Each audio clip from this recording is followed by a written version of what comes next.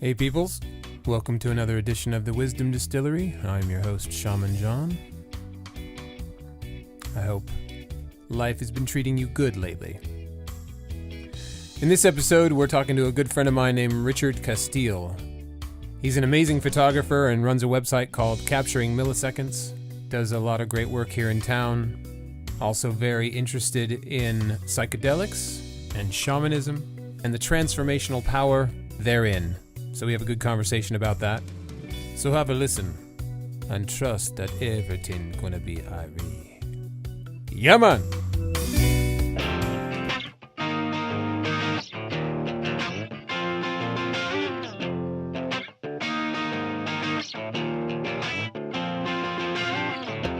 What'd you come here for?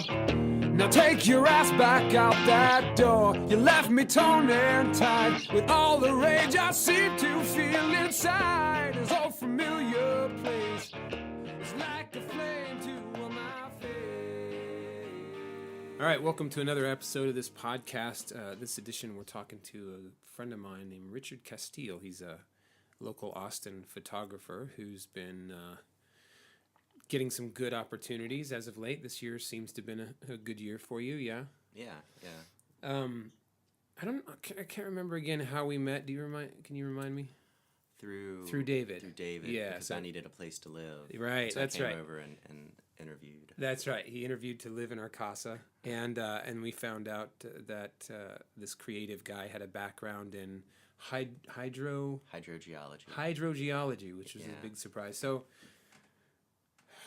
let's talk about how you went in that direction and then segue into how you went from hydrogeology into photography. Yeah, well, it started off with psychology, a master's in psychology, and then I didn't do that. I kind of, not regret it, but it would be nice to be a psychologist. I like that stuff. Me too.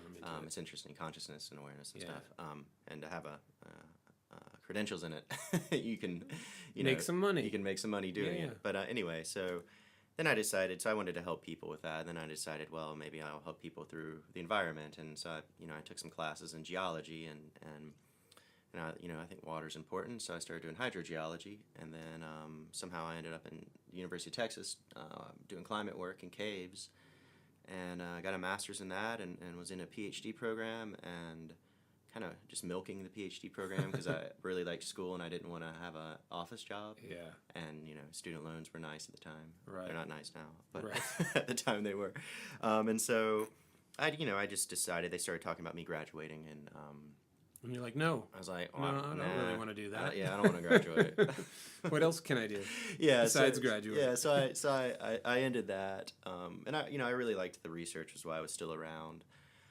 Did you end up getting your PhD or no? No. Okay. No. I had. But you got a master's in it. Yeah. I basically had to write a few papers. Yeah. And have them published. But that was a lot of work. Yeah. For something I didn't want. Really weren't that excited about. Yeah. And academia, I had higher hopes for academia. Actually, I thought it would be like, a bunch of smart dudes and women sitting around. Talking about things like society and science and like everyone was well-rounded and intelligent and they were. You all, mean that's not the case? That's not what happened. Yeah, they were all really smart about hydrogeology. Yeah. And it was like all they wanted to talk about was science, and it's like, okay, that's cool, but it's kind of one thing. Yeah, and so a whole host of things. Yeah, right. One needs to be fairly fluent in to survive in this world. Right. Yeah, but so I quit that and then went to. I was working on this project. I was going to just work in hydrogeology with a master's, and so I was working on this project with a professor affiliated with UT at the research campus, and. That was super cool. We were installing weather stations around Texas, so I was working outside a lot and traveling a lot and doing some cool work. It was a good project, I thought. Yeah. And so that ended, and I was left with the prospect of interviewing for jobs. And so I interviewed for some environmental firms, it was weird. Yeah. Big corporate places where, they work you 70, 80 hours a week sometimes. Crazy. And you're in like small towns in Oklahoma, monitoring like oil spills and gas pipeline ruptures, and I just I I mean, somebody needs to do that, but I wouldn't want to sign up for that. Right. Well, and it was like also, you know, a few friends did it, and they didn't have a friend that I really respect did it, and he has a story where he was in someone's backyard, basically on, you know, the farmland or something, and there was, you know, a gas pipeline ruptured, and this woman's like, hey, can you come in my house? And she turns on her water, and her water smells like gasoline, and through his contract with his company, he wasn't able to say anything to her that that's dangerous or you shouldn't be drinking that, or there's a problem. He just he couldn't say anything to her, and so that was like, man, that takes the human, and that's just a corporate thing, you know, disgusting, taking the human element out of being a human, and it's like, if you can't even tell someone they shouldn't be drinking their water, it's like, and that's, you know, that's just one story, but I think that's the culture. Yeah, absolutely. And I didn't want to be involved in that. Yeah. And it seems kind of weird to me to do environmental work, but to like fly halfway across the country 3 or 4 times a month to do this work.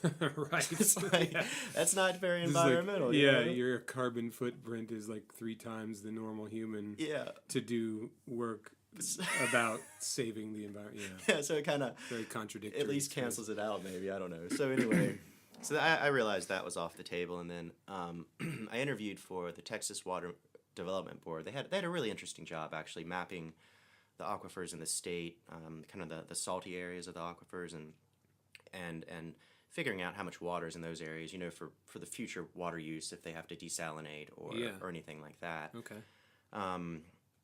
So that was cool, and I was kind of excited about that, but during the interview, and when I went to the interview, the people there just didn't seem very happy. They were just kind of like, how are you doing?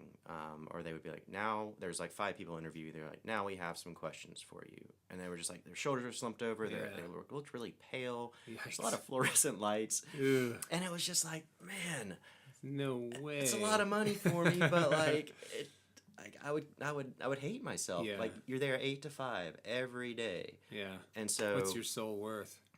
Right. Yeah. And that's why I was in college for university for so long, because that was a decision I'd made, that I didn't want to live that type of life. Yeah. And so, you know, I was dating this woman, and I was talking to her, and I was like, yeah, I don't really know what I'm going to do. I don't want to do this. And she's like, well, why don't you just become a photographer?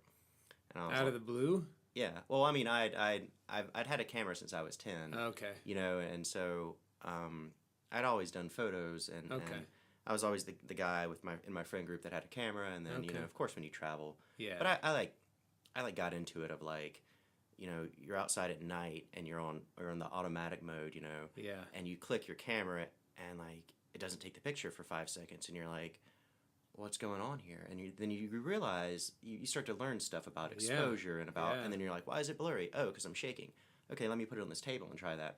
And so just through years of experimenting, I started to do some stuff that I really liked. And so, you know, this girl I was dating, you know, I would show her stuff. I didn't really show anyone else anything, because it's like, oh, what do you do with this stuff? This was before I was on like Instagram and all that stuff. And so it's just like, you know, I just no way to share it. They just sat on my computer. Right.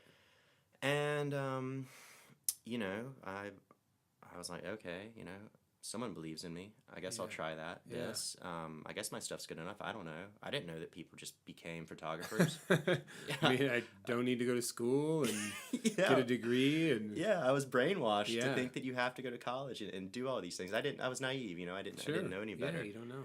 And so then I was also working at a restaurant at the time to kind of supplement my income, because, you know, the research job was only like 30 hours a week, and I really liked this restaurant. Odd Duck is just a wonderful place to be. Good crew. Great people, great chefs, great owners, great everyone. You know, it's just, and they have a great message. You know, it's local food, and they support local farmers, and it's great. So I was like, well, how can I start being a photographer? And I went to the general manager, who's also a partner, and I said, hey, Jason, can I come up here and do some photographs? And if you guys like them, you can have them. And he said, yeah, sure. Yeah. And so I did that, and they liked them. And then the PR girls started asking me to do food photos, and so I just started doing that, and that kind of went well. I'm doing a lot of stuff for them now and other restaurants around town, and then I had some other ideas. I made some trading cards for the employees, and they started passing them out at tables. And then one of the tables saw my information on the back, and they hired me for an engagement session. And so that started that, and then I just started like hustling, man. You know, just like hustling Craigslist and just whatever I could do to find photo clients, and I was working for free or $10 or $15 an hour, really low wages, and and build up your resume and your repertoire of just kind of building it up. Projects, and I would go into a lot of jobs. The night before, I'd be like, how am I going to make these photos? I have no idea how to do this. And so YouTube became a really good asset for amazing, me. Asset. So I taught myself a lot, and just kind of got lucky. There's a lot of hard work, but totally. I feel really fortunate because there are a lot of times when I wanted to quit. Because you start to question yourself. You're not making any money, and you're like, is this what I'm supposed to be doing? And so I would sit there, and I would say to myself or the universe or whatever, I would say, give me a sign. Is this what I'm supposed to be doing or not? Do I need to do something else? And then I'd have like 5 photo jobs roll in. Wow. And that still happens today, Yeah. And so I think to me that's a pretty clear sign that I need to keep doing this for whatever reason. Yeah. What's your approach? What tack do you take when you're presented with a project that you've never done to muster up the creative juices? How do you sort of tap into the muse for ideas? What's your process? Well, I guess there's 2 different ones. If I have a client and they hire me, then the most important thing to me is delivering them something that is useful for them and they like, and it's quality. That's my job, and that's what I take that pretty seriously. So kind of you're talking with them and seeing what do you want. I've learned you have to ask a lot of questions. Right. Some people don't know. Right. And that's okay. That's that psychology degree that you almost were going to get. Right. Yeah. Utilizing those skills to extract well, from your client what it is that they really want. I did get the degree, so yeah. Oh, did you? I got a master's in that. Oh, you did? Yeah, okay, so, there you go. So that's one way. But then a lot of people don't know what they want, and so sometimes you send them example photos, or you say, well, look at my portfolio, and what do you like out of this, or do you like this style? And what I found mostly is that people who like my photos, it doesn't really matter what I do, as long as I stay true to like what I like to do, then they're pretty happy, because I feel like if someone looks at your portfolio and then they decide to hire you, then they're not going to want you to do something totally opposite of what you've clearly presented to them as your style. Right. There's already this like kind of common pathway or whatever. Yeah. So that's one that that's what I do with clients. And then some clients are fun because they give me a lot of freedom, and I can like, especially clients I know better. I can get them their photos pretty easily because I know what they want, and then I can like. I like to push my limits, and I like to keep being creative, or I get bored, and so then I can like kind of try to add a little bit on top of that to kind of push it a little bit, and so that I do that, and then just the creative stuff that I like to do on my free time. I don't know. I like for it to say something. Sometimes I try to have a grand statement. Sometimes it's just something I like. I like the way the light is hitting something, or just like anything for me to keep me interested, and ultimately, something I would like to do is to have some influence over society, or in a way that helps people, or helps people become aware of something. And so I try to focus on that. Bring awareness to a subject. Yeah, and that's kind of what I'm doing these days. And then sometimes things are just fun to do. Yeah. So I just do them. Yeah. Because I'm bored. Right. Or this is what I like to do. You've done a lot of self-portrait stuff. Yeah. Talk to me about some of those projects and what they are representative of. A lot of sort of conflict with multiple dimensions of the self, almost like you as different personas, kind of in conflict with one another. Yeah, so all along with this creative stuff that I do, and just the path of life and whatever it is, I really work a lot on improving myself, and what I've found is a nice way to improve myself is to figure out ways that I'm kind of in conflict with others or within myself, and kind of work on that. And so I started doing this photo series, like you're saying, with like, so there's 3 of me in the photo. And yeah, a lot of it's like ego and how we treat ourselves. You know, there's one of me like boxing myself, and I'm also the referee. And that was the first one I did. And I remember I was living in this duplex, and I was like, I was talking to a friend who's a musician. He's out in LA now, and he's like, you should do one of you fighting yourself. And I was like, that's genius. Yeah. And so I was like, well, I guess I have to do this. So I dressed up in like a little old timey referee outfit. More like I don't know how to describe it. That's why I do the photos. Right. But then I was like, well, it's got a very vintage looking quality. Yeah, vintage. It's like what do they call boxing before it was called boxing? Right, like the bare fisted stuff. Bare knuckle. Yeah, boxing. And that's what I was going for. Yeah. And then I did that.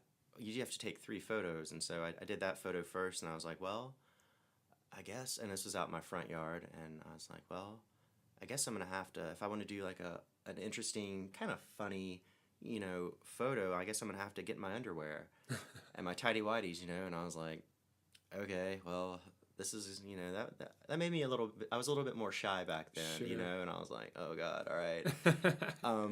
And so you know, I'm out in my front yard with my camera on a tripod with a timer, and I'm standing in my underwear with my boots on, and I got to go inside and change underwear and get on the other side and do it. And so, and after I did it, I put it all together in Photoshop, and I was like, I just laughed my head off for like 2 hours. And my girlfriend came home, and I was like, you got to see this. And she was like, she's mildly impressed with me by this point. Right. she was already kind of getting tired of my obsession with photography and all this. But anyway, so yeah, that was, you know, it's entertaining for me to do that because, and kind of another reason why it started was because I don't always have models. Yeah. And like I'll have an idea, but I was like, you gotta find a model, you gotta arrange a time. Sometimes they want money. Yeah. You know, you don't ever know really what you're gonna get. And sometimes you don't even know if they're gonna show up if it's a free job. Free job, yeah. So I'm like, it's just easier if I do it myself because I know what I want. Yeah. And you know, so yeah, it's just to kind of keep me busy, and then it just kind of kept growing. It's like, what if I'm burying myself? And what if I'm like, and I'm trying to make like a story out of it, you know, that like, I think the final scene is 2 of me are at the graveyard, and then the one of me that has died shows up again with a briefcase or like a little traveling suitcase, and it's like, yeah, well, you can't really ever kill your ego. Right. I mean, maybe you can, but I don't know. I don't know too many people who've done it. No. So it's kind of, you know. I think you kind of need it to function in the world. Yeah, right. Yeah. So that's basically that story. That's good. Now you're working on this new series that you actually had your first gallery showing for, and it looked like many of those newer pieces were a part of that showing, and it's very moody. Very moody. It's hard to, you know, you'll have to go to his site and actually look at these pieces, but very dark, very somber looking. In the figures, the models are kind of set in almost this void with this light that kind of beams out along, you know, with them in a, you know, whatever contrast or position in relationship to them. So what was the idea for that, or how did that concept come about? That concept came about, and I kind of call it out of the black because it's, you know, a black background, and like you're saying, the model's kind of lit up. But that came about because I'd had this like really terrible relationship with this woman that I was just like desperately in love with just like would do anything for her, and she just continued to kind of like walk all over me because that's what happens when you give up all your power. You give up all your power, and I did, and she totally took advantage of it, and I let her. You know, I was a participant, and I was the one who let her do it. So it's, you know, it's my fault for the most part. But you know, that was like mostly it was an on again off again relationship, but mostly off for a number of years, and then, you know, finally, you know, she'd gone through a lot of therapy. I'd done a lot of work on myself, and, you know, she dated someone for a couple years, and so I was like, well, and they broke up, and I was like, oh, cool, we're both single, here's my chance. It's gonna work out this time. And for like a month, it was just like the most beautiful thing ever.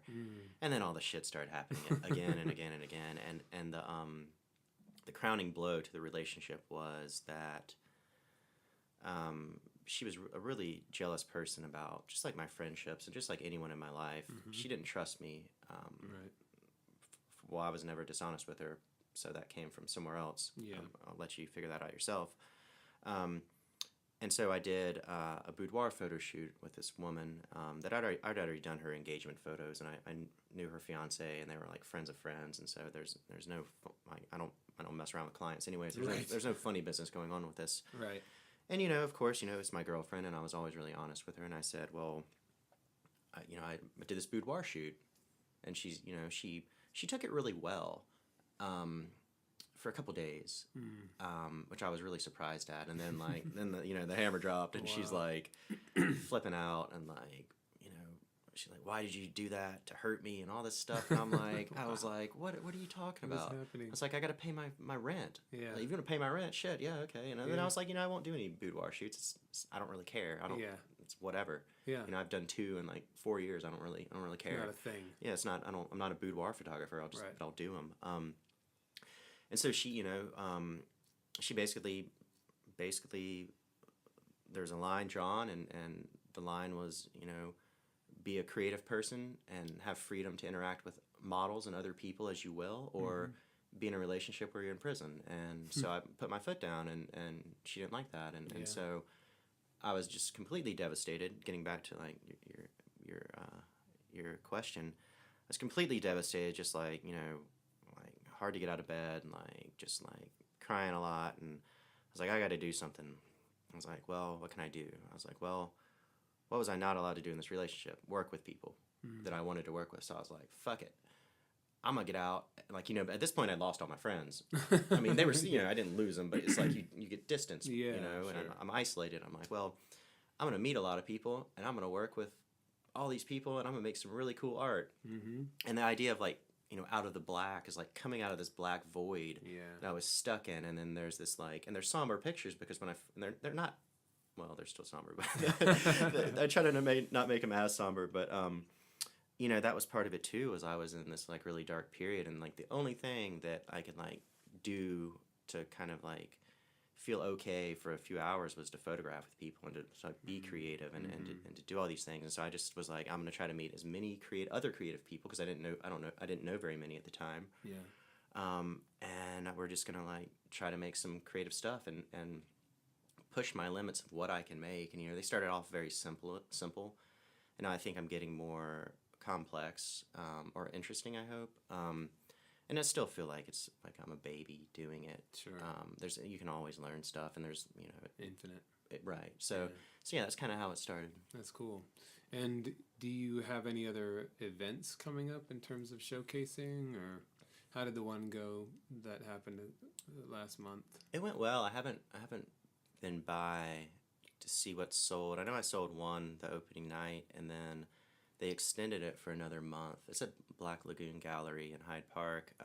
They extended it another month until mid-September. So, yeah, I need to go by there. But they have kind of weird hours. Yeah. So, I noticed that. yeah, it's not open a lot. I've actually had a lot of people who wanted to see stuff, and they're like, one of my friends has gone by 3 times. He's like, they're never open. Never open. Even on the web it says they're open. But Right. So, I don't know. Gallery shows are nice, but they're not they're not like my bread and butter. Yeah. So they take a lot of work, and they can be expensive. Right. And it's like, yeah, I mean, they're fine. Yeah. It's another piece of the puzzle, really. Right, right. And I'm open to doing other stuff. You recently got showcased. Not recently. I mean, it's been up for a couple of months now. But the Austin Art Boards, right? Oh yeah. I was on. That was that went up in February, I think. Okay. And I guess it stays up for a year. So that's been pretty cool. Yeah. That was when it was like, there's all these little milestones or plateaus you hit, and it's like I've never considered myself an artist because I don't know what that is really, but it's like, you get your stuff up, because when I think of an artist, I think of someone who's painting. Right. Yeah. Photography is it takes some skill, but you're not like painting is this thing that I don't even understand. It's Right. Japanese to me. It's like Right. I've tried to paint, I can't. It's terrible. but when I, it was a huge honor to get on that, and when I did, it was like, which is funny. Let me just say, it is funny because when I went to that show that you did, and that was, I think, the comment that I had for you at the show. I don't know if you recall, but I was like, yeah, a lot of these pieces look like paintings to me. So it's funny that you say I don't even understand painting, and yet your photography oftentimes, as of late, looks like paintings. Well, thank you. Yeah. Well, and so, yeah. Well, that's a great compliment. Yeah. But when I found out I got on this artboard, it was like I had like chills for like days, and I was like, that's great. Oh shit, I might be an artist. This might be a thing. Yeah, like I can do this. Yeah. I can like make something that just came out of my head and represents something and has like a statement and a message, and someone's putting it on a fucking billboard. Like, that's pretty cool. It's pretty cool. And so that was like a huge moment for me, especially after like all the shit I'd kind of gone through with myself and this kind of depression I was in. I was like, okay, yeah, and that gave me a lot of confidence just to like keep going, like to be like, at this point, you on some level we care what other people think, or like why would we be making something to show other people, but it's like I'm caring less and less what other people think and caring more about what I think, and that's kind of like allowing me to like make, I guess, take chances. I don't really think they're chances, but just do more stuff and not care. I'm like, well, I'll try this, and like, who cares if just experiment if no without worrying about success or failure in this sort of Right. external sense. And that's a lot of freedom. Totally, and that's where the greatest stuff comes from, isn't it? I hope. We'll find out. We'll find out. Yeah, you'll be the guinea pig for that test. So you've mentioned a couple of times about personal development and personal evolution and that sort of thing.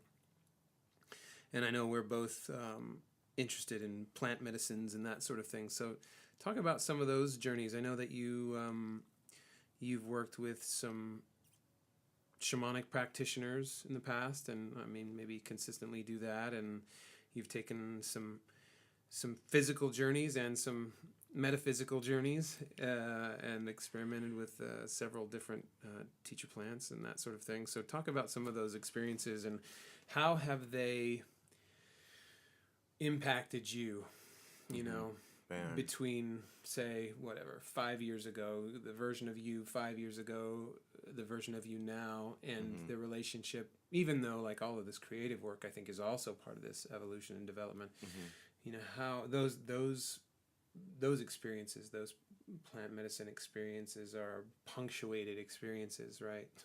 For the psyche. And I know that you had an iboga experience. I don't know if you've done ayahuasca. I think you have. Yeah. So talk to me about some of those experiences and how have they shifted your awareness? What have they left you with?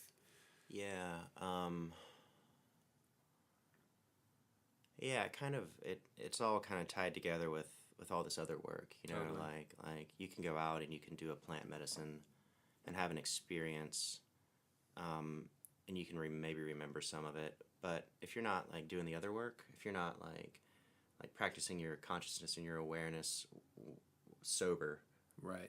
or and I meditate a lot and things like that, then like you're not going to go as deep. And so it's like harder to integrate. Right, and the integration. I think there's just a lot of tools you can use.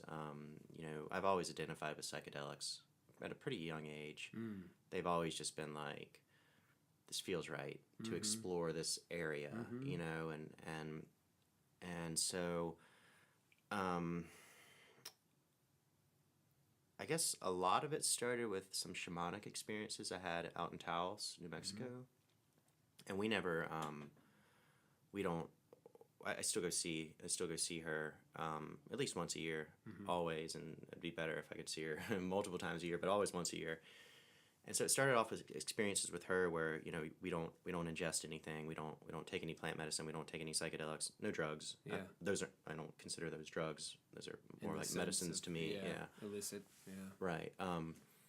But and she, the first time I went there, this woman who I don't know, I'm good friends with her now, but she's she's putting oils on me that smell all these different smells. She's putting like rocks in my pockets, like putting rocks on my chest, like all these stones. She's like chanting. She's like burning things. She's playing singing bowls, and I'm just like, this is really cool. I was like, I don't know. I've never had this experience. Again, like I feel like I'm a really late bloomer in things, and I was really naive to a lot of things. And I'm laying on this table, and she puts her hands on me, and I start to hallucinate. Well, hallucinations, like, what is a hallucination? I don't even believe in that. It's like, I was seeing things. I was seeing different layers of like the air in front of me. It was colors, and it was blending, and it was moving all together, and she's chanting, and I'm feeling like I'm floating, and it's just like, what is going on? This feels great, but what's going on? And so, I had that experience, and I was like, wow, okay, I want more of that. Yeah. And I also realized that when you have an experience like that, you shed parts of yourself, and you open up other parts of yourself, and so along with that comes a lot of responsibility, self-responsibility, because there were times when I would see her, and we talk afterwards, and so you can kind of ask questions and figure out, you kind of know what stuff is, but sometimes you don't know what things are, and so you know what you have to do when you leave. Right. Like, the work you need to do. Yeah. And there were a lot of times where I would go see her, and I wouldn't do the work, and my life would suck. It'd be like, no, you're doing this whether you like it or not. So you can either like suffer more than you've ever suffered, or you can stop doing all that shit and you can feel better. Right. And so that's what I've learned. And so then I had never really done like some like a real serious plant. Well, I guess psychedelic mushrooms are they're serious, right? But a lot of people take those when they're like out on their lake with their friends drinking some beer, and it's like, oh, look at those colors, Right. But I kind of started to use those as more of like microdosing with those as a way to kind of not be depressed, and that was pretty wonderful. And I've always had a lot of respect for them, and so then this opportunity came up where I was at a New Year's Eve party, and I got to talking to some guy, and he's like, yeah, I did this thing called Iboga, and I'd heard about it, and from what I'd heard from Iboga was that you can go back and you can relive memories and reprocess the memories and experience these memories without all the emotion. More observation, and that allows you to let go of stuff. Because I've had some things happen to me in my life that were difficult for me to let go of. Like my parents getting divorced, and I didn't realize how much that affected me, and kind of like not really having a father figure around for a large part of the year. I had a stepdad who was abusive. Just all this stuff, and I was like, I don't want, like I had to drag that all around. Yeah, I had a terrible relationship with my mother. Like I couldn't even talk to my mom on the phone without just being like, I fucking hate you, like, and that went on. That was my whole life, and I was like, what is this? Why do I not like my mom? Like I want to, I want to have a good relationship with, you want to be healthy with myself and with other people, and so when I heard about Iboga, I was like, I heard about it on New Year's Eve, and I was like, oh, cool. I can go and heal myself, and it's going to be like really cool. Because the guy that was describing it to me, he's like, yeah, you're flying through the universe, and it's great. And I'm like asking all these questions, and I saw the power plants of the future, and they're these huge crazy things. And he's like, this flowery experience. Right. And then he's like, yeah, I was almost. He had a really bad heart condition or something like that, and he's like, I was killing myself with my diet, is what he said, and so he asked the Iboga while he was on it. He was like, what is cheese doing to my body? And he said he turned into a molecule and went down to his stomach and saw it. Saw the destruction of what was happening to his body. Yeah, and I was like, that sounds like a lot of fun. I'm in. Where do I sign up? Right, and so, a week later, I'm in Mexico at this clinic, and I'm about to eat Iboga, and I'm like, this is going to be great. Oh man, it was not great. It was torture. It was absolutely like all your fears, even fears you didn't even know about. And I'm not talking about being scared of the dark or having like chills go up your neck. I'm talking about like terror, like the worst nightmare you've ever experienced for 12 hours. Wow. And it was, and you can't move really. Yeah. Because your body has ataxia, and if you try to move, you can move, but if you move too fast, you throw up. You can't stand up. You have to have someone to like stand you up to help you pee. There's all kinds of crazy stuff going on, seeing all kinds of crazy visions, and I was like, I think my problem was I did not enjoy it one bit, not for 1 second. Right. I did not think it was fun, or I hated it. It was Right. terrible.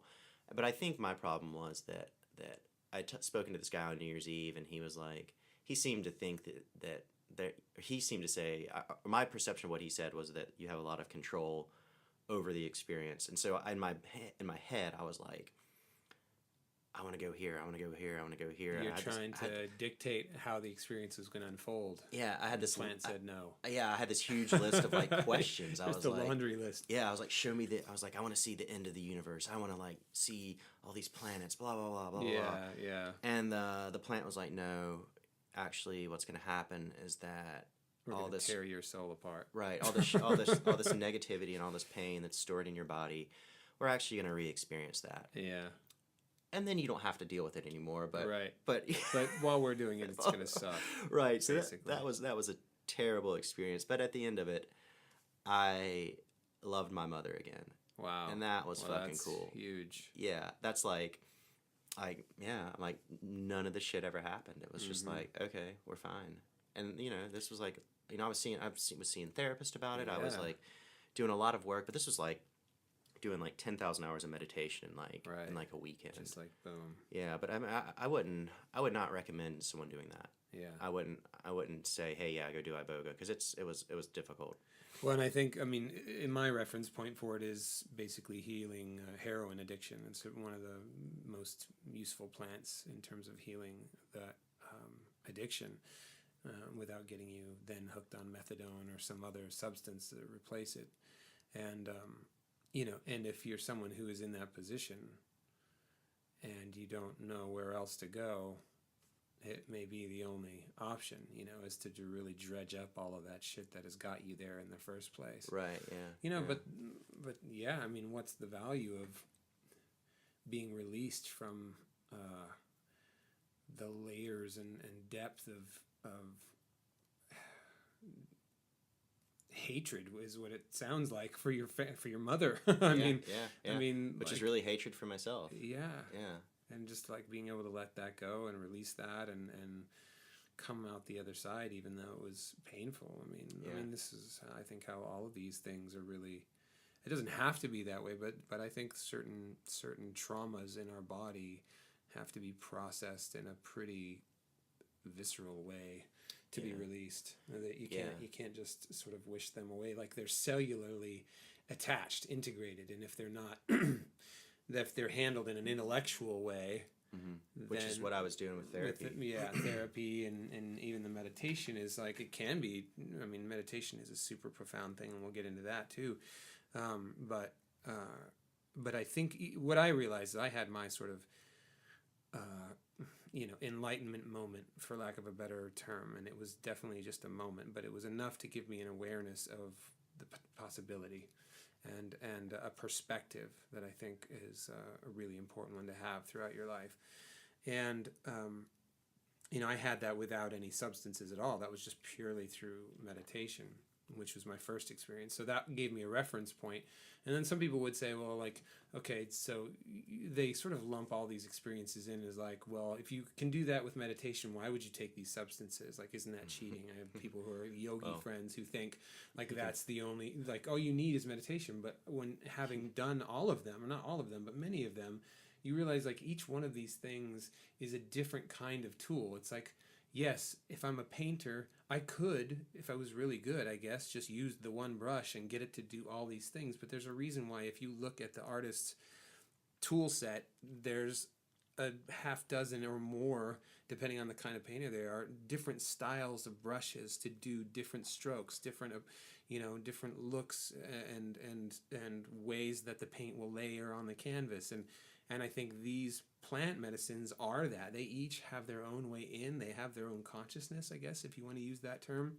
That's my experience. Yeah, and they really are a different tool for a different job. Well, that and like, someone's saying, and I meditate a lot, and there's meditation's great, Right. but someone's saying that meditation is the only way. They're setting up rules, Right. and they're setting up a paradigm that you have to follow to feel good, but that's their paradigm. Totally. Everyone's different, and so, and like you're saying, there's different tools. It's like, well, if I want to get to California, I could walk, and it's going to be a long, long walk, and it's probably going to be pretty cool, and I'm going to learn a lot, but you know what? If I take the bus, or if I take an airplane, I'm still going to get to California. Right. But I might get there faster. Right. And, that's kind of an analogy for it. But yeah. And in each one of those has their own merits. Right. Depending right. on what yeah. kind of outcome you're looking yeah. to achieve. Yeah. And like, I mean, after doing a plant medicine, meditation is really important. Yeah. Because you're not like, you're still shaken up. You're not like, your nervous system's a little bit wired. You have to be careful with yourself. And so like the integration period, like you said earlier, is like really important. And for me, that was what was hard about the iboga. The hardest, aside from the experience, the hardest part was probably the integration. Because the place where I went, there was a construction site right beside it. And so it's like, while you're on the iboga, there's like hammering. Jackhammers. There's jackhammers all day, hammering all day. They're like chiseling out the foundation of this house by hand. Wow. And it's so just like clink, clink, clink, like loud. And then they're playing like loud construction site music.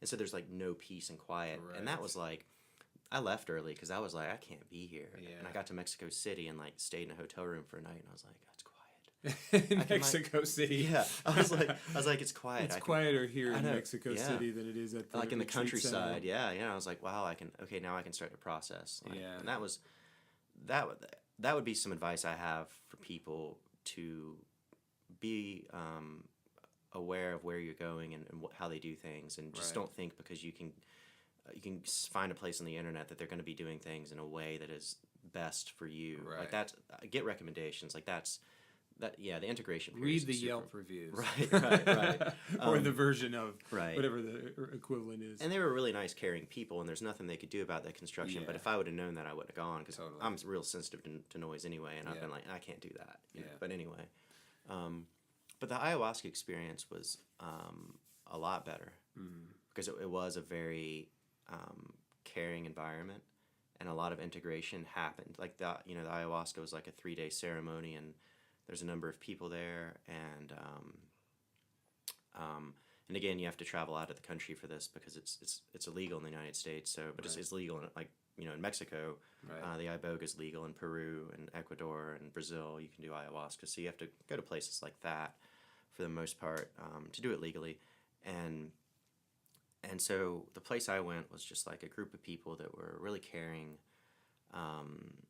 You're playing music. There's people to talk to. There's people to ask, and it's quiet. It's out in nature, and maybe it's because with iboga that I cleared so much that the ayahuasca was easier. Yeah. But again, ayahuasca, there's many times where you're like, whoa, wow, I think that maybe I shouldn't have taken so much, Right. because you're having all this information into your head, and you're seeing things like for a few hours on the second day, I was just like, I died, Yeah. and that's hard. Yeah. Like That's hard. It's hard dying. Right, like while you're like alive. experiencing death. Yeah, like Yeah. like you can say it, and someone can be like, oh no, it's not that bad, but like until you experience yourself dying, and you're thinking about your family, and you're like, oh God, my poor parents, they're gonna be like, oh yeah, your son died OD'd. on this drug, and they're like, on this plant yeah, and they're like, what the hell was he doing out in the woods in Peru? He didn't even tell us, because after the iboga thing, I was like, I don't need to tell them anymore, because but with the ayahuasca, you're like I saw infinity. Yeah. Like I understand the infinite, and that was difficult to see. It's really cool, Yeah. but it's really difficult, Yeah. And then at one point, I stared into a mirror, and I was staring into myself in the mirror, but the self I was staring into was made up of an infinite number of false selves. And so at like this like deep level to your bone, you're like, you're full of shit, dude. Right. You're fucking the fiction full of that shit. your very existence is. Yeah, and that's scary. Yeah. And that's hard, and that's like heartbreaking. But then you come out of it, and you're like, okay, I understand a little bit more. Because also, like you were saying, these plants have a consciousness, and it was like, you know, it was like, I don't know, I can't describe it, but it's like, there was like another being there with me. It's like this plant is like with me, and you know, there were times when I was like, listen, I need a little help. I was like, I can't handle this. Please, just like back off a little bit. Yeah. And it backs off. Yeah. Not all the time. Right. Because there's a point to it, you know. Totally. The point is to have these experiences and to clear yourself. I mean, like these things are from the earth, and it's like kind of crazy. Well, in our society's, Western society's paradigm of what is acceptable and what is crazy or not, it's pretty wild that there's a plant you can take that allows you to examine your own existence, your own consciousness, and it allows you to heal yourself. And you know, and I've been thinking, this is an idea I've been thinking about a lot, is like communication, right?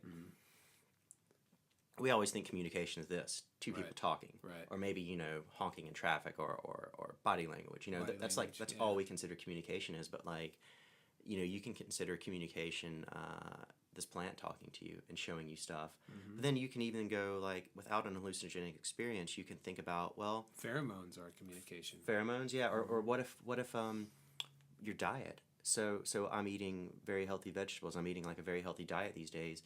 And on a cellular level, these plants are talking to my cells and talking to my mitochondria and making my body more healthy. Like literally communicating. Like that's crazy. That's great. That's like that's so cool. It's like there's all this stuff going on that we're not aware of. Totally. Stephen Walensky calls it the multi-dimensional reality. Like we're all multi-dimensional beings, and not as like third dimension, fourth dimension, fifth dimension, but just multi-dimensional in the sense that there are cells in your body that don't need you. Like you could pull them out of you and they would be fine without you. And their bacteria and all, you know, like much of the DNA that is within you is not your DNA, but some other thing's DNA. All the things that happen in your autonomic nervous system just happen. Like you can't take credit for your breath. You can't take credit for your heart beating. You can't take credit for any of these things. And yet they are happening. And yet we want to think that we're the one fucking steering the ship, and it's like, man, barely. You're maybe have an oar. But you're definitely not steering the ship. You have a lot of people on the ship, or a lot of things on the ship, and like if someone's not happy, then like well then, like, you know, and what got me thinking about this was I've been reading a book called One Spirit Medicine, and it's about you know, I didn't know this, that 75% of our serotonin is made in our gut. And, you know, I've always had a fairly healthy diet. You know, I like breakfast tacos, so I eat, like, you know, the flour tortillas are terrible for you. But I've even stopped eating that, and, like, I've never felt better. I have so much energy. That's and, awesome. like, it's just, like, it's crazy. Yeah, and I feel really good. And without, like, these achievements, or without, like, getting a gallery show or a billboard or anything like that, like, I could be having, like, a really horrible day where, like, I don't have any money. I don't have any friends. You know, like no one's around, but like I feel great. Because you just feel great. You feel great in your body. My body's like healthy, and I think that's like a huge thing for. I mean, look at our society. Like people don't feel well. I mean, you know, look at the overweight, the obesity rates, like diabetes, all that. What people eat, heart disease. Yeah, people feel terrible, and it's all diet. Like sugar is the worst drug in the world.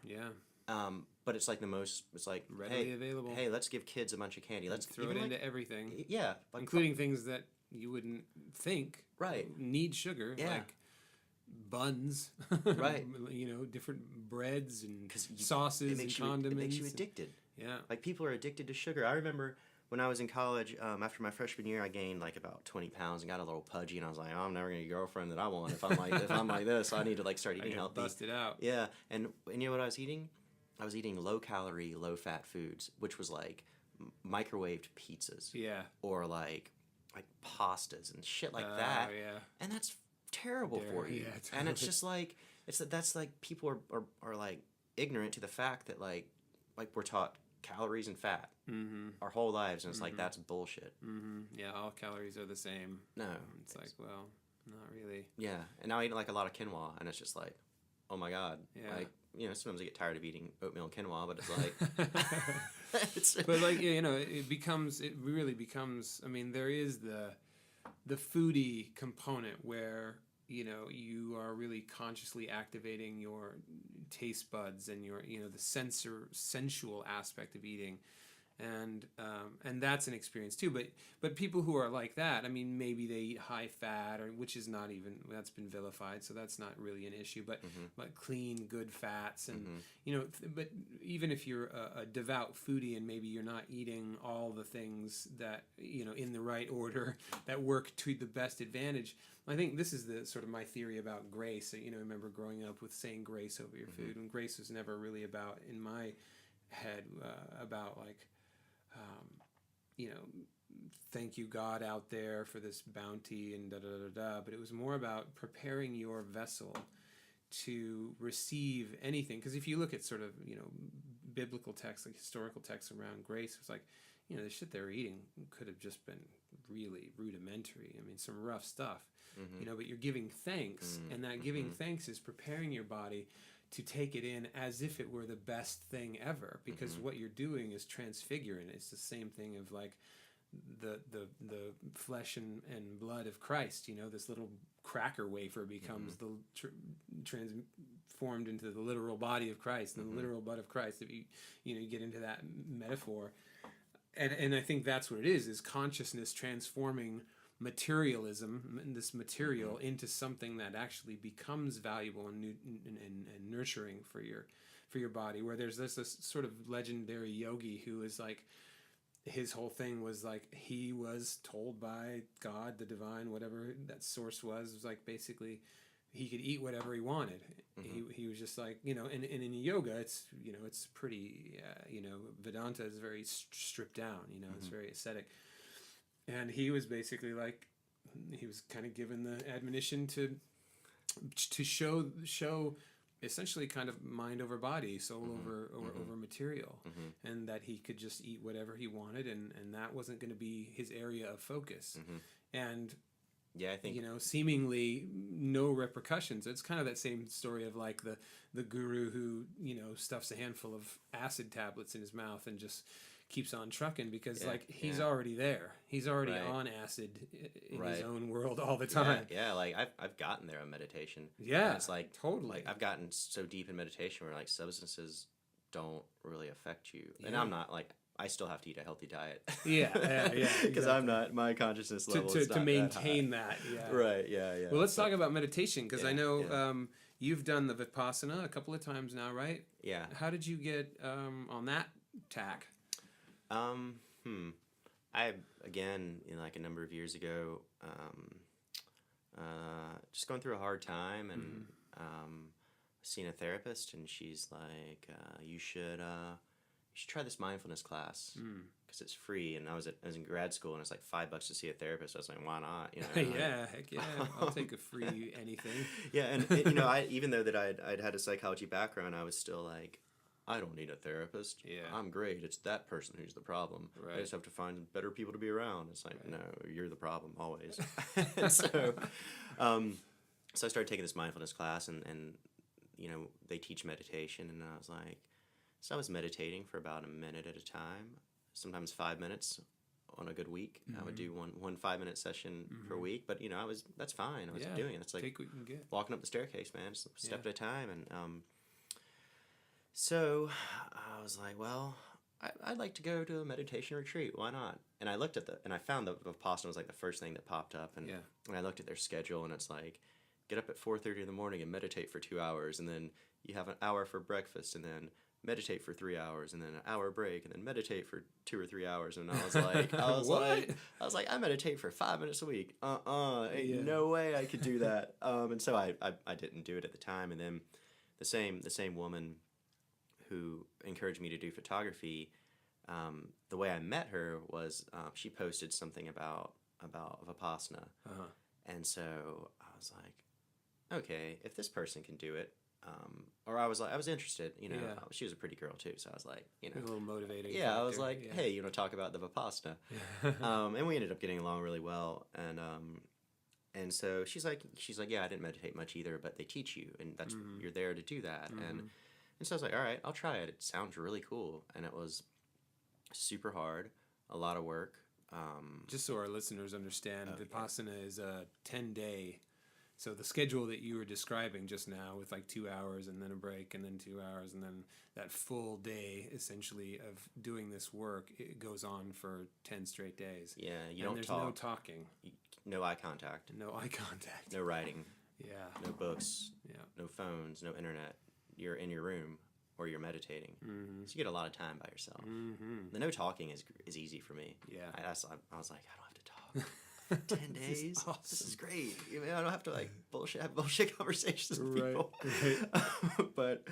but it's hard. It's a lot of work. And you know, my first experience. You know, I think people think of meditation as being this like really peaceful thing. And Yeah. if you're meditating, you're peaceful and you're not thinking and blah blah blah. And it's like no, Not at all. not with my experience with Vipassana. It was like, you know, I'm sitting there and like I don't know, the second day or so, and you know, there's 50 dudes around you, maybe more, and this guy keeps sniffling, and I'm just like, man, I want to beat his ass. It's like I was just like boiling inside with anger, like Yeah. almost as angry as I've ever been, and I was like, Wow.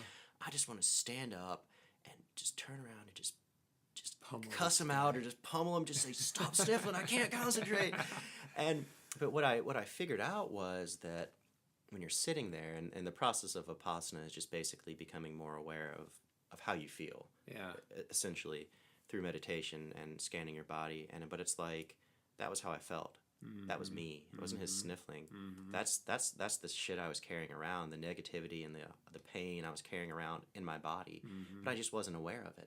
And so I had all these other behaviors to mask it. Like I drink 10 beers in a night because I didn't feel well. Right. You know, just basically an alcoholic. But you know, once you figure that out, it's like, okay, cool. Then you learn like when these emotions come up, you just observe them. When these feelings come up, you just observe them, and they go away, and they don't come back because you've like observed them. I don't really understand the science behind it, you know. And then there's times where you're sitting there and you're meditating, and I would just start crying for no reason. I mean, there's a reason, but I didn't know what it was. You just feel sad and you cry, and then it's gone, and you don't feel like that anymore. And you know, it's really hard work, and it's 10 days, and most every day you're like, I want to get out of here. This is terrible. The food is excellent. Such good food. It's all free. Yeah. Room and board free. You just work Yeah. with meditation, but it's great. It was a good starting point for me. And then afterwards, when you're out, it's just like you've never been as blissed out. You love everybody. Like it's worth it just to have the experience of leaving, Yeah. because you're just like everything's weird. Like you go back to this culture and you're like, I feel like an alien. Right. Like, I sat at the gas station and talked to the guy who made the sandwiches for like 20 minutes. And I was just like, hey, how are you? Or Right. he looked at me, and like, I think you're so blissed out that people are just attracted to you. Sure, Like this yeah. guy just like kept looking at me, and I just looked at him. I was like, hey. And I was just like like a crazy man. I was so Right. happy. And we just talked for like 20 minutes. I was like, all right, well, I gotta go. I'll see you Yeah. later. And so that was cool. My second experience was a little bit different. I didn't enjoy it as much. I thought it would be easier than it was, but I think it was harder. And so I plan to go every year. I don't know if I will go back because it's so hard. Yeah, And right. it's like, do I want to put myself through that? Yeah.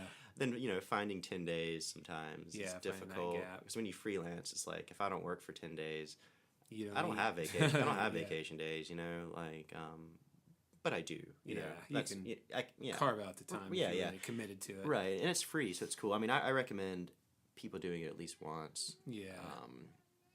But yeah, I should be going back this year, but I probably won't. Maybe I'll go next year. But yeah, it's awesome. It really taught me a lot of the basis for the meditation that I do now. Like it's like a good base. You know, I still do the Vipassana, not as much as they recommend, but I still integrate it into like my practice, and like what we were talking about earlier with all these different tools, you know, of a painter or Yeah.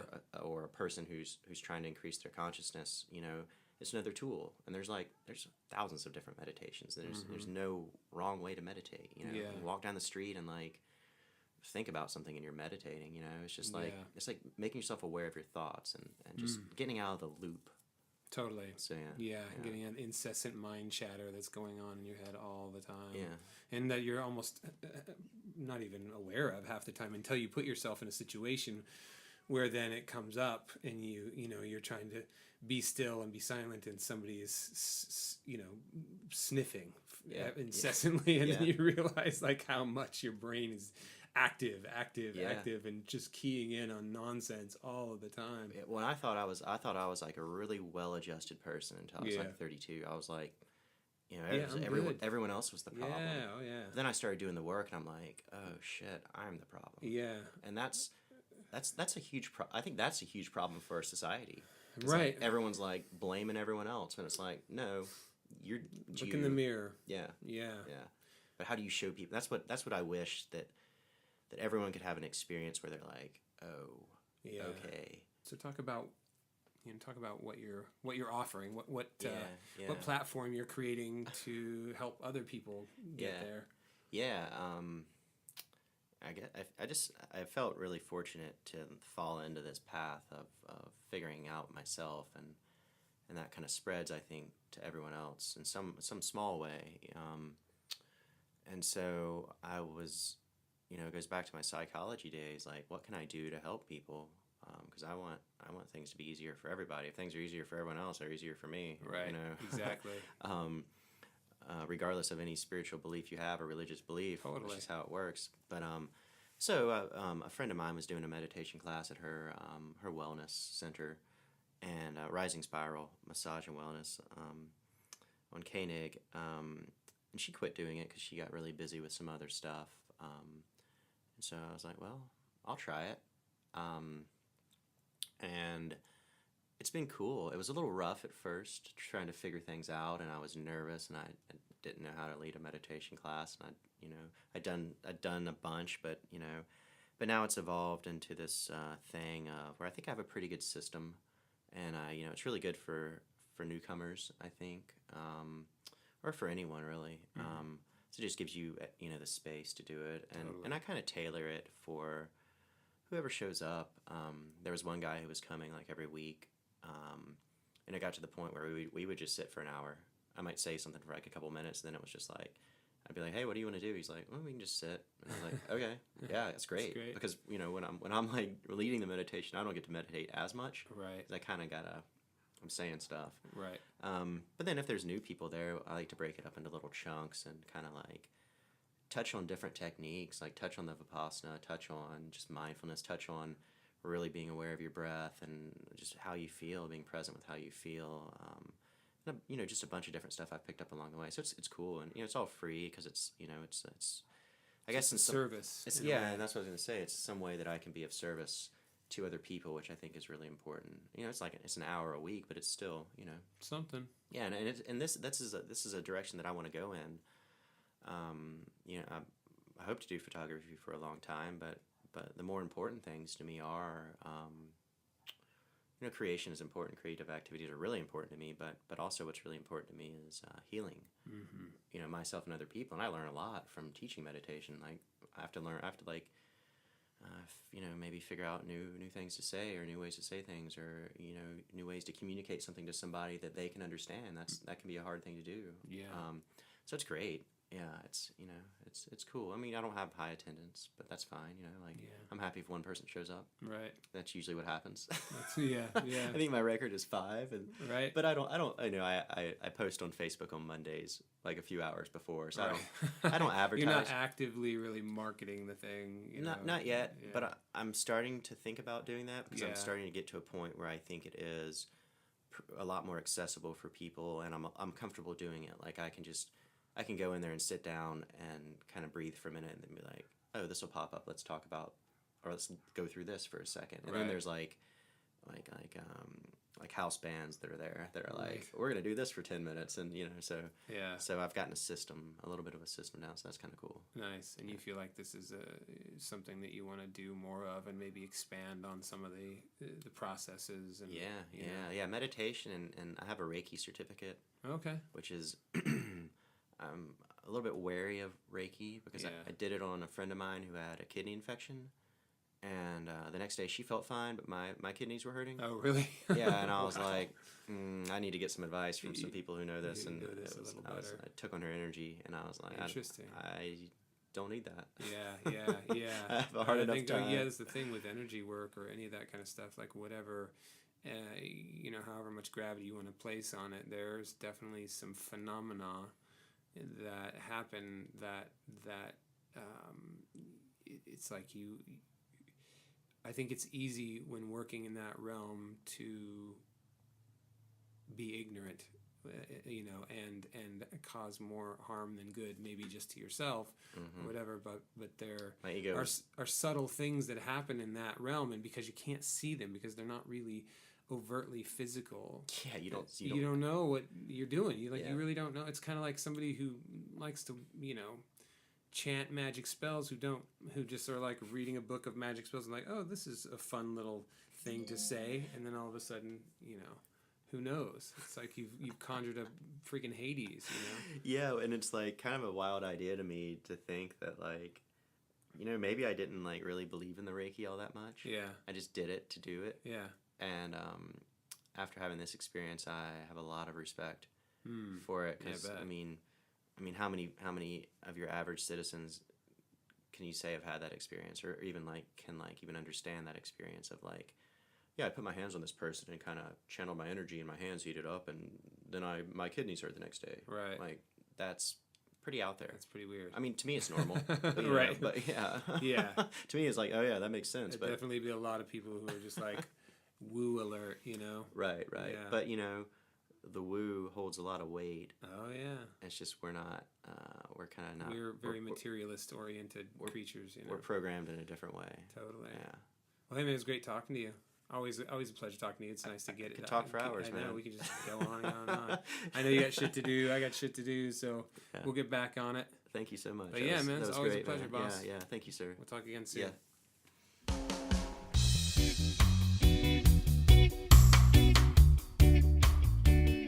So that was Austin photographer Richard Casteel with CapturingMilliseconds.com.